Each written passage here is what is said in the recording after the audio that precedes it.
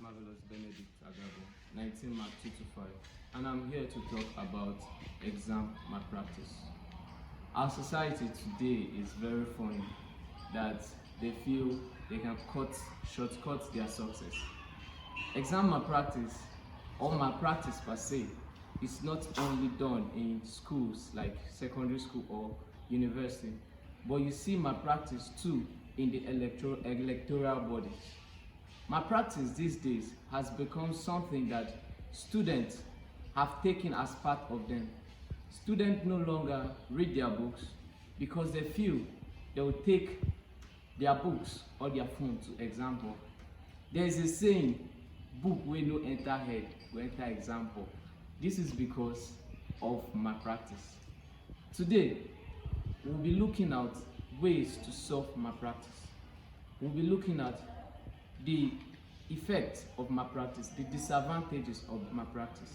I want to start, before I move on, I want to let you know that malpractice do not lead you to success. To shortcut your success is not the perfect way for life. So be who you are and wait for the perfect time. The fact that you fail today doesn't mean you'll fail forever.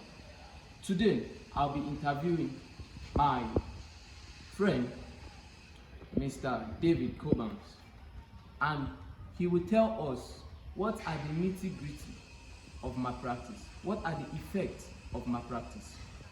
So, sir, you're welcome to today's show, and we are talking about malpractice. And you know, malpractice in the society is something that has taken over the students. It's like a side by side to the student. So please, what can you say is malpractice or exam malpractice? Okay, thank you so much once again for this opportunity. You're talking about examination malpractice here. Yes. First, you need to understand the concept that you're talking about. First, examination, then malpractice. What is examination? An examination is a test which is conducted to test a student's ability or knowledge of a particular concept or topic or subject matter of discourse. Then when you're talking about malpractice is simply an illegal act which is not acceptable to society, to an individual, or to the world at large. Now, putting these words together, examination malpractice, you're able to realize that it's a prohibited act which is done or committed by students, mostly students who don't take the academic work seriously. Yes. Why do I say so? You have 24 hours as a student every month or every day or every week.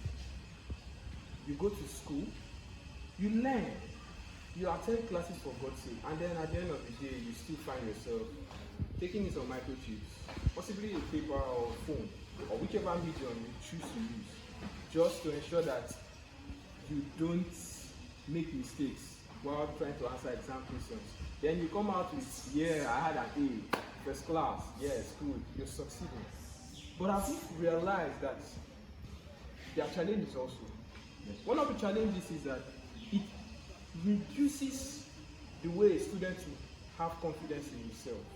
A student cannot actually present or defend his certificate just in case maybe an interview is called on now and then he's asked on a particular concept on which he is familiar with. Maybe because society knows him to be this good at this concept, but in actual sense he doesn't have any idea. There's a conflict here because number one, he cheated while he was in secondary school. Why? To gain success and move on. So in this note, he didn't learn anything. Malpractice doesn't help you learn. Instead, it deteriorates your mind. It makes you feel cheating is the best way to access knowledge or to amass success. It's not just restricted to examinations or academic work per se. Malpractice is everywhere. Yes. And even in the government, wherever you find it. But now there are ways you have to curtail it. I start with 3 points. Number one, the individual. How is the individual important here? He has to make a decision or a choice that, look, no matter what, I'm going to work hard to get it. So that anywhere I go, I know that I'm not just doing it because I need to do it. I know it because I knew it and it's for myself. Then two, the parents also are very, very important in this area. Why do I say so? As parents, you need to encourage your kids, your children, or whoever, your wards, even as guardians, on the dangers and the effects of examination malpractice. Then also, I mentioned three, right? Yes. The third component is the school. Why do I say so? The school has a major role to play because they spend most of the time with these children or these students more than they do with their parents at home. So they have to also inculcate the right values and morals and standards and what have you into the students to ensure that they come out successful, not by cheating, but by hard work. Thank you so much. Okay, so you talk about family and school.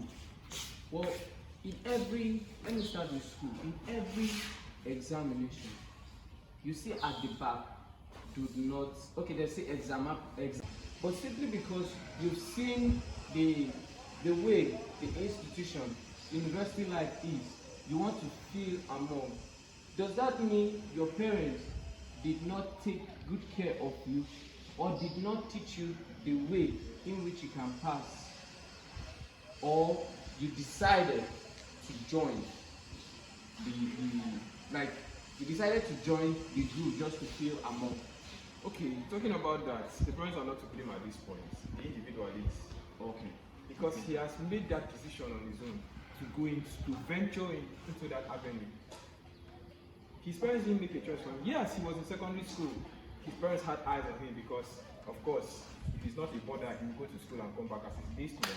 So the parents would have time to check him, check his behavior, check his academic work, everything, to ensure that he's on standard and he's on the right path. But now, looking at coming to university, and you're talking about distance here, so he doesn't have to be coming from home to school. So he just has to stay maybe in the hostel or rent a house. So at this point now, he's at liberty to do anything he wants. As much as this freedom comes, there are disadvantages. So I would say it's not really the parents' fault at this point. It's the individual's choice or determination or decision. Thank you very much, sir. I really appreciate. Thank you for emphasizing on this exam malpractice. Thank you very much. Thank you, sir. To my viewer out there, I want you to know that exam malpractice or malpractice per se is not the best option. Vis-a-vis that time you use in writing chips on your paper, you can use it to read. I have a friend that says cheating is not easy because you have to sit down to think of what to write. Yes, it's not easy, but the same way you sit down to read, or the same way you sit down to write your cheat in exam hall, you can use it the same way to read and understand. I urge you to abstain from exam malpractice because it says success is the key way to a pattern for life, and I urge you to stay away and abstain from malpractice. My name is Marvelous Ben, 19 Mark 225. Thank you for watching this video.